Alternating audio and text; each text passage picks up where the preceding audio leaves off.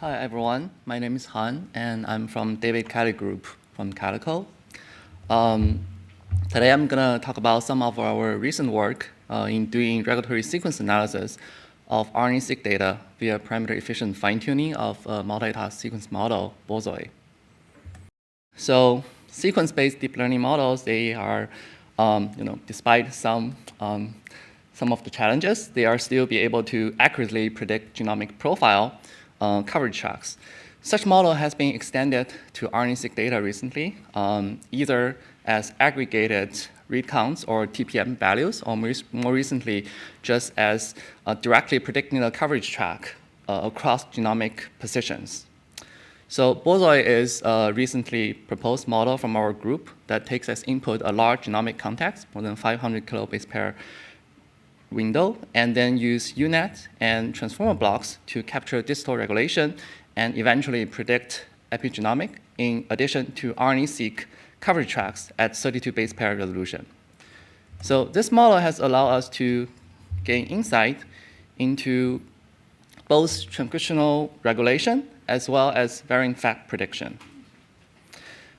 However, this is kind of limited to the data that the model is trained on. So if you have a custom RNA-seq data set, what could you do? Training a new Bozoi model from scratch is very expensive. It takes a few weeks to train from scratch. A more efficient strategy is to perform transfer learning. And basically, we take the existing Bozoi model, which is trained on a large corpus of data across both human and mouse, across multiple cell types. We take this as the pre-trained model and use transfer learning techniques to adapt it to the custom RNA-seq dataset you have. So the intuition here is simply that we learn most of the basic sequence grammar and biology in this pre-trained model, and in the fine-tuning or transfer stage, learning can be much more efficient. So naive fine-tuning approach is to update all the parameters of the model. However, as the model size scale up, this becomes kind of more prohibitive.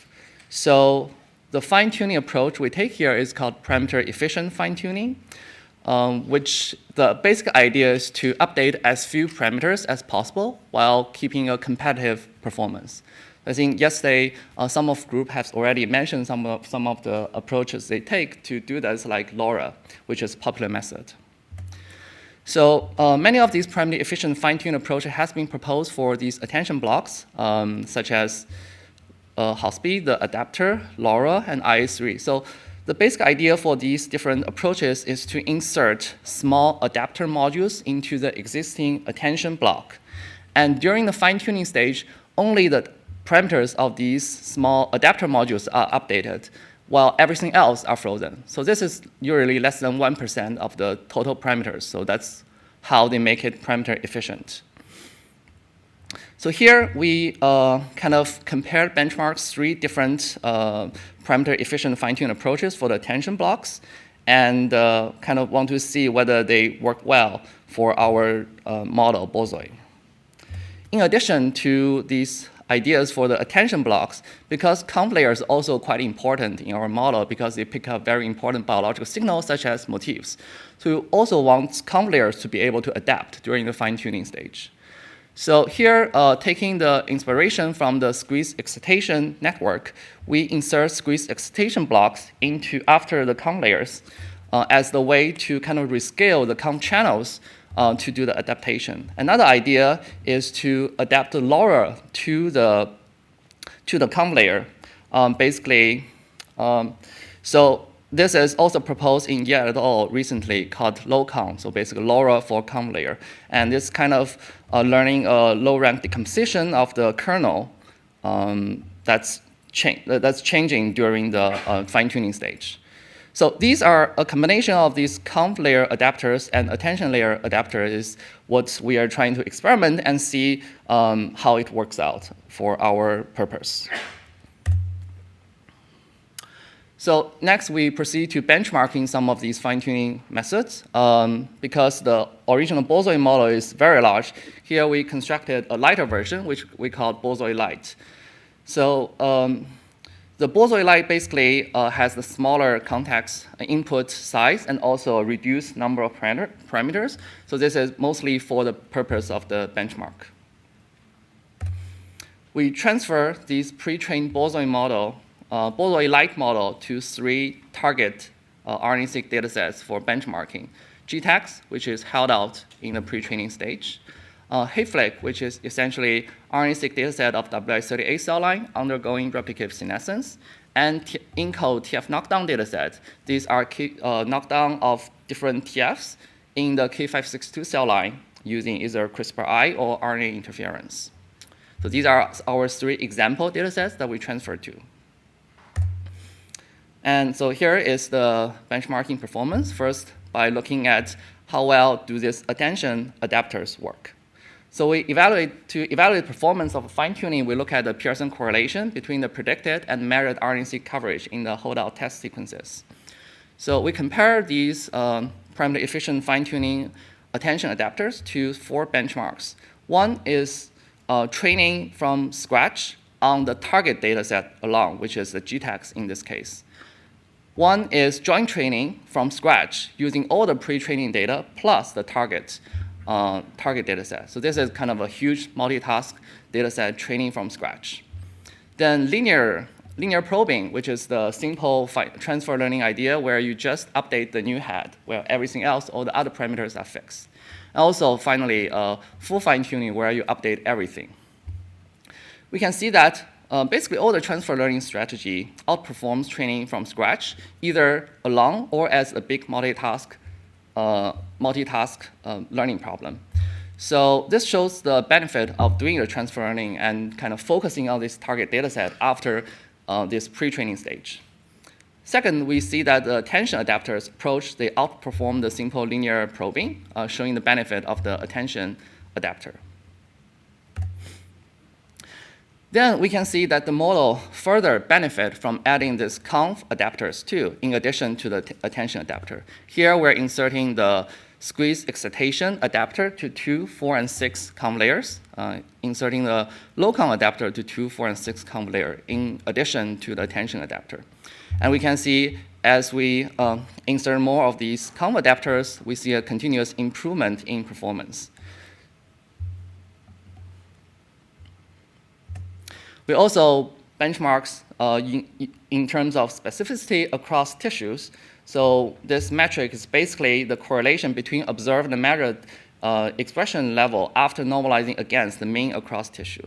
So basically, we see a very similar conclusion. And here on the left, there's the benefit of attention adapters. And on the right, we see that adding conv adapters on top of the attention further improves specificity, actually closing the gap with full fine-tuning.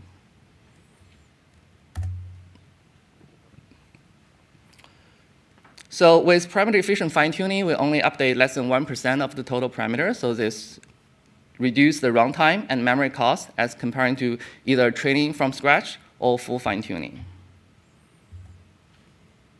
We also benchmarked our approaches on the 2 additional datasets that I mentioned, the ENCODE TF knockdown and the HIFLIC senescent RNA-seq dataset. And the conclusion is pretty similar.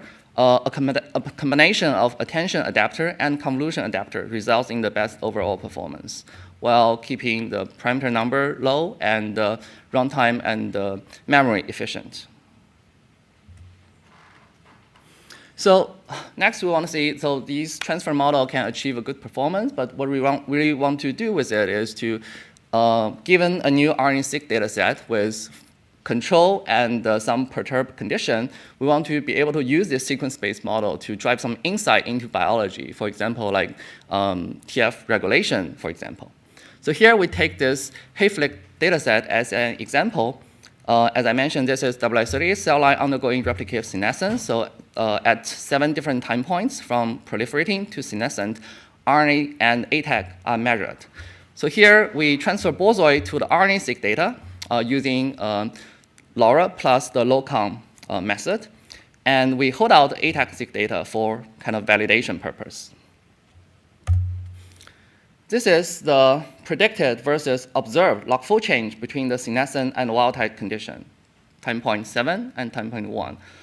for the holdout genes. Overall, there is a Pearson correlation about 0.5. And when we zoom in into changes in these two example genes, for example, we can see that ITGBL1, this one is induced in senescence, and we can see that the predicted expression across time points also follows this trajectory, and the same is true for the other gene, which is repressed during senescence. So next, we examine this specific gene, NUP188, and from the RNA-seq track, we can see that this gene is repressed in senescence, and bosoid prediction correctly predict the decline in the expression level in the senescent condition. So then we can compare the bosoid gradient for time point 7 and time point 1 for this particular gene, and identify sequence features that actually contribute to this expression change. We call this the normalized differential saliency score. Basically, this kind of is our method to identify salient features or doing an attribution method to identify sequences that are responsible for this change in expression. So by looking at the ATAC-seq data, which is held out, and we didn't transfer bosoid to this ATAC-seq data, we can see that most of the salient features here, they actually overlap with the differential accessible regions from ATAC, highlighted in red here, and the blue are ATAC peaks that are not differentially accessible. So these are, we don't really have a real peak to gene linkage in this case. We kind of just think they are probably regulating this particular gene because of proximity, and they are differentially accessible. Yeah, so this is kind of a rough way to really check whether we are learning something meaningful by looking at the gradient of our model.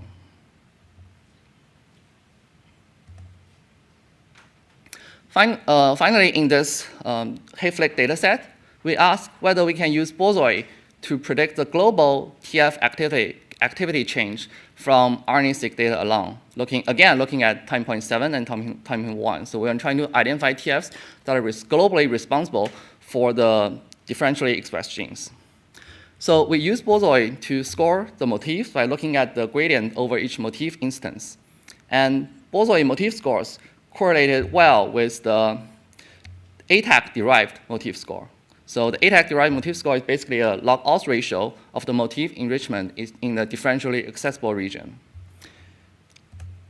And we can recapitulate some of the known TFs, such as TEAT and CBP that we reported in the original paper.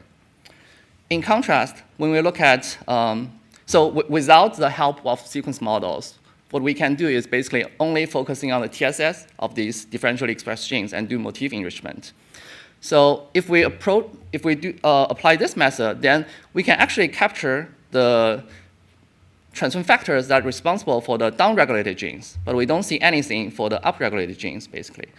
Most likely because these genes are more driven by the enhancer regions, and that's not captured in this particular approach. But because bosoid is seeing a much larger context, it captures these important TFs as well. Next, we also transfer the pre-trained bosoid model to the TF knockdown K562 RNA-seq dataset.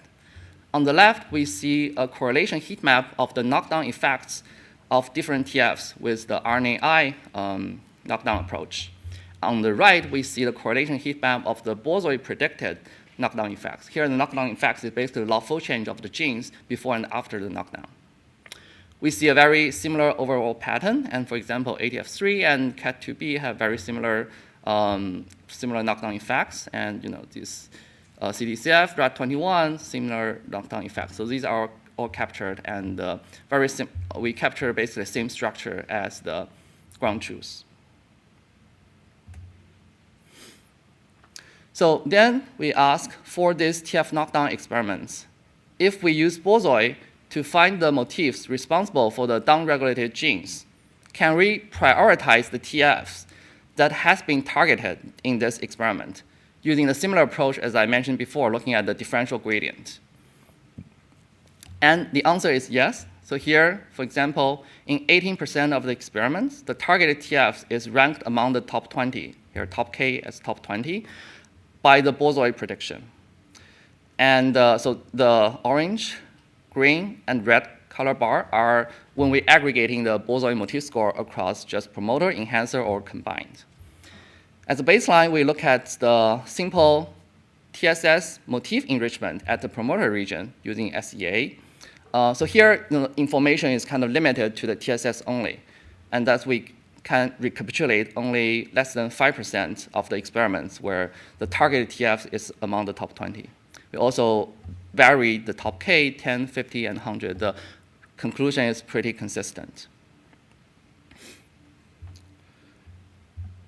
So this shows that we can actually use these sequence-based models as a way to help us better analyze the custom RNA-seq dataset. And by doing parameter efficient fine-tuning, we can do this in an efficient way. So in conclusion, we can accurately and efficiently transfer boson model to custom RNA-seq dataset using this parameter efficient fine-tuning approach, especially when we take a combination of attention and conv adapters. That gives us the best performance in terms of balance between efficiency and accuracy. We can transfer boson model to allow us to study gene regulation in custom RNA-seq data, as I'm showing before. So this is mostly focusing, which this talk is mostly focusing on. We also did some experiments to show that we can also look at varying facts and predict them at least to the same level as a joint trained model, which we'll show later on in the manuscript that's to come later. So finally, I'd like to acknowledge all the members of the Cali lab at Calico here, manager David Kelly, Johannes also contribute to this project, and all the other members of Cali lab. And thank you, and I'm happy to take any questions.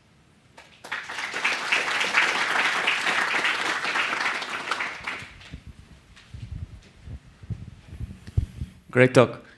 I was wondering if you fine-tune for something that you already trained on, let's say liver RNA-seq, do you get a better EQTL performance or worse?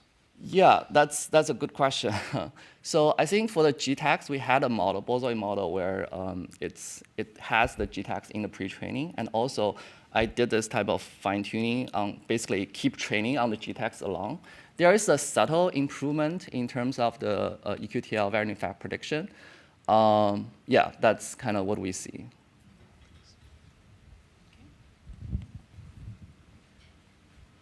No more questions? Okay, Maria. Could you just comment on what happens to the bias term for the conv adapter? So I didn't really adapt the bias term to the conv adapter, so I'm mostly basically just working with the weight matrix for the kernel. Yeah, that's something maybe we can think about. I haven't kind of evaluated whether that would give me further, because just the bias term wouldn't give me too much additional parameters. So I can also just leave that trainable. That's definitely possible.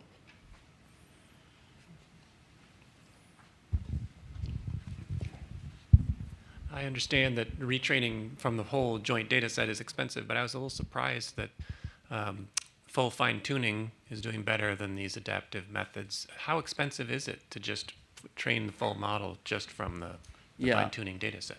You mean just do a full fine-tuning? Yeah. Yeah, I think the most cost is in terms of memory.